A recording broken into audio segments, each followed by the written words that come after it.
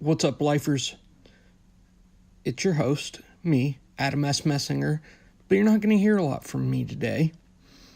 You see, after much popular demand, it turns out my girlfriend is way cooler than I am. So, I brought her in to review Aquaman, because this is the Aquaman episode. Aquaman contest winners, Aquaman the movie, Aquaman 43 with the new starting point with Kelly Sue DeConnick and Robson Rocha and Daniel Henriques and Sunny Gho. So stay tuned, because as I said earlier, this is not life with Adam S. Messinger. If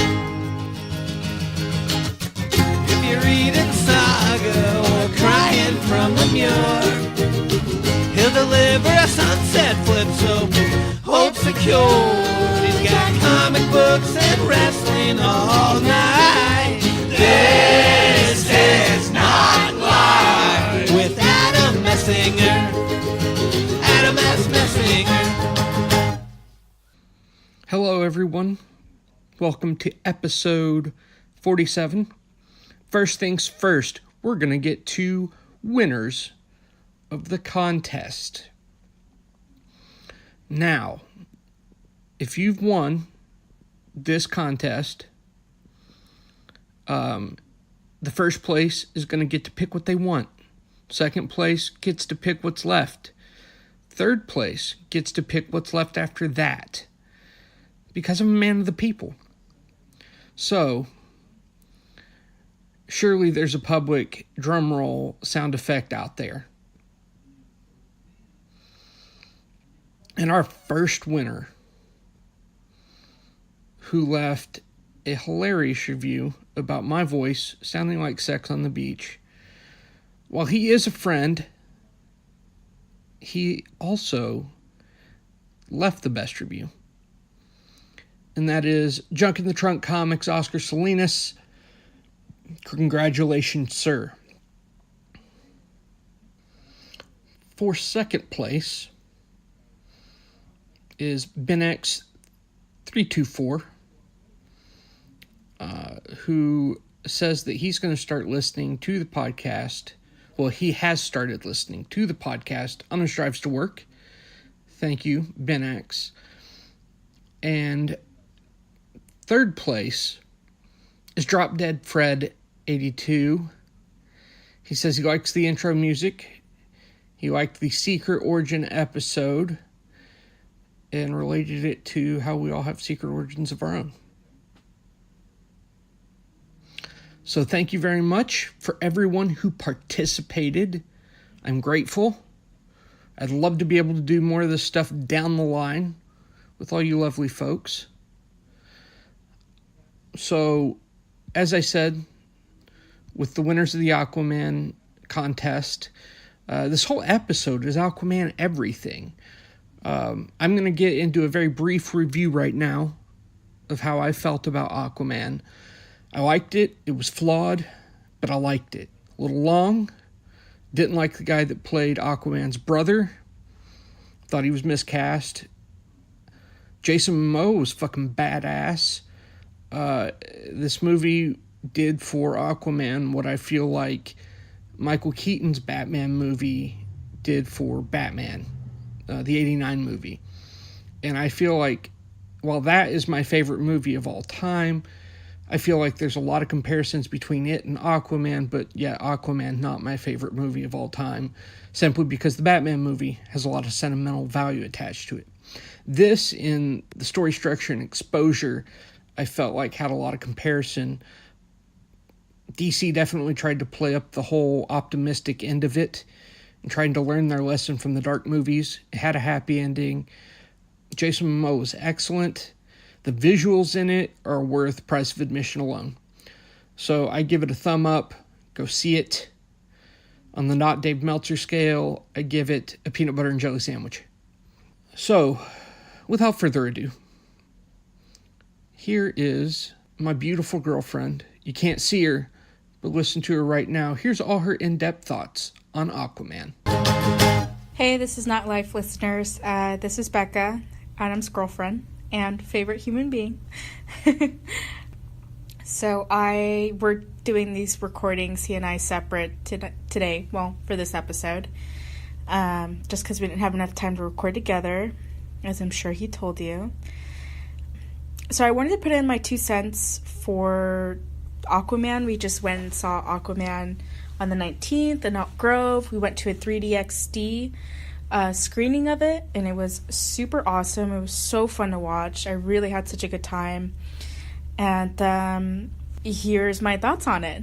So Jason Momoa was super great in it. He's so funny and charming, and I don't know, I'm really involved with like what he's been doing with Aquaman. And we were talking, Adam and I, about Justice League, and just a couple of days ago before we went to go see the movie, and we both agreed that Jason Momoa was one of the highlights in that movie. And I definitely feel like that it's so true. And when I heard that they were finally giving him his own movie for Aquaman, I just got really excited. One of the things that I really, really enjoyed about the character, what they did in this film, is that they were able to incorporate Jason Momoa's own cultural background with the character. And I really liked that because, I feel like there aren't a lot of brown people or just biracial people who aren't white, who are playing superheroes. And so seeing him in this role, he's brown, he's tattooed, Jason Momoa is half Hawaiian, half white. And, but he's so connected to his culture. And I remember seeing, a few weeks ago, a video posted of Jason Momoa at the premiere in Los Angeles, and they did this dance, him and a bunch of other actors, and I can't remember what the name of the Hawaiian dance was, but it was just so cool, and you could just tell that he was, his culture means a lot to him, and the fact that they were able to incorporate that with the character, I really, really enjoyed. Nicole Kidman, who plays his mom, was amazing. She was phenomenal. She still looks like she hasn't aged a day.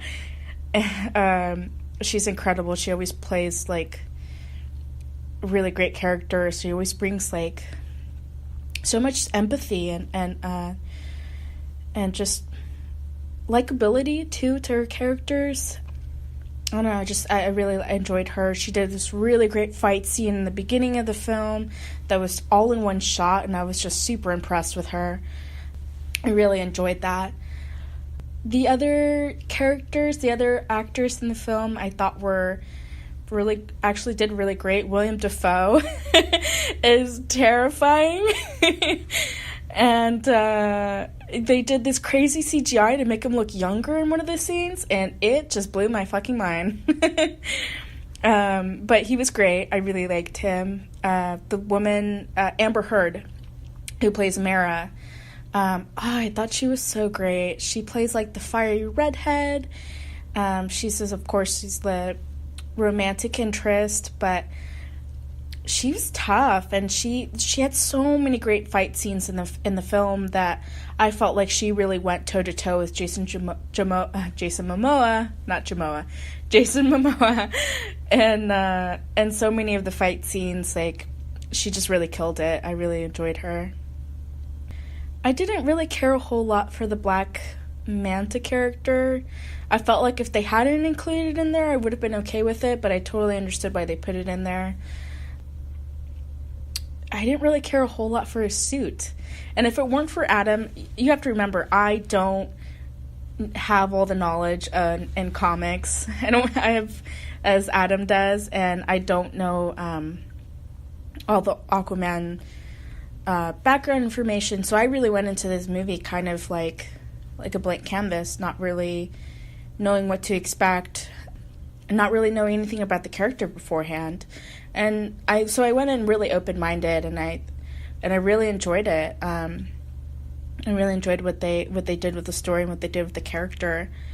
But I didn't know about the Black Manta villain, and according to Adam, The costume's actually a direct reference to the comic book, so it's like a direct adaptation.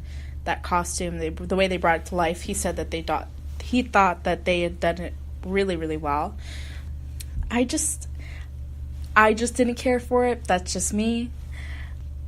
The other thing I really enjoyed about the film were having to go see it in 3D. Like, I haven't seen a film in 3D in a really long time.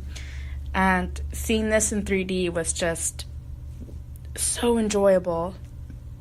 The visuals and the graphics on it were really incredible. The fluorescent, like, color images they had for Atlantis when Aquaman first enters Atlantis for the very first time. Oh, it was just done so beautifully. It was really done so gorgeous.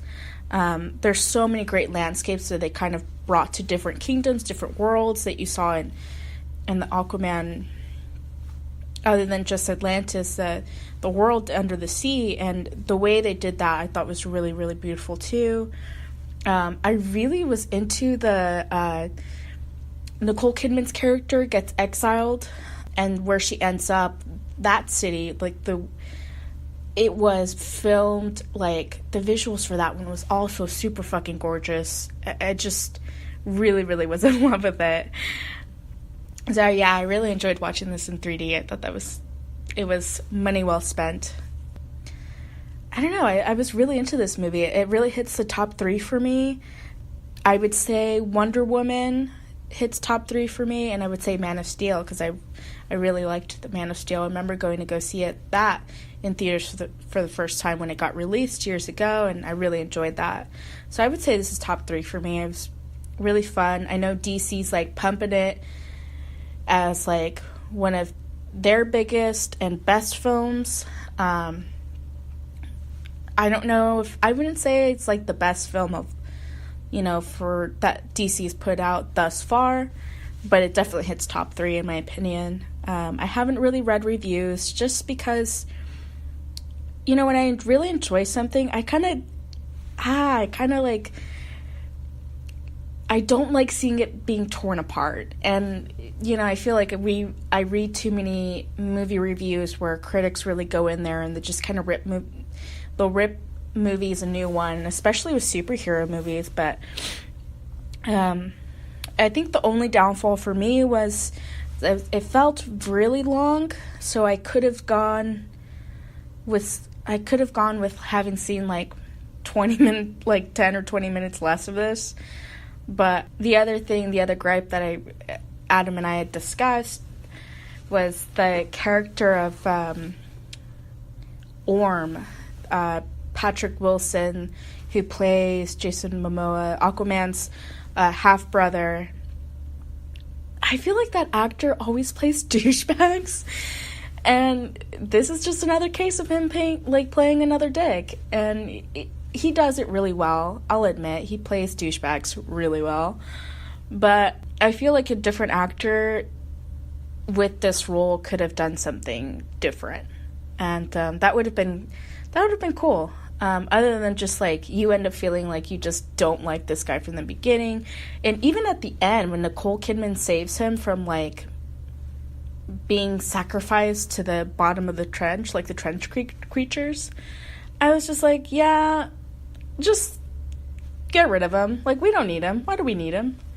But Aquaman is merciful and learns from his mistakes, and he was just like, nah, I'm not going to do that to my brother. When you're ready to talk and stop being a dick, that's what's going to happen. We're going to sit down and talk. But, yeah, I just didn't, Patrick Wilson as that character, I had no sympathy for the guy. He just, at the end, I felt like, really? Like, he just got mommy issues? Like, I don't know. I just didn't have any sympathy for him. But, yeah, other than that, I really, really enjoyed the film. Right now,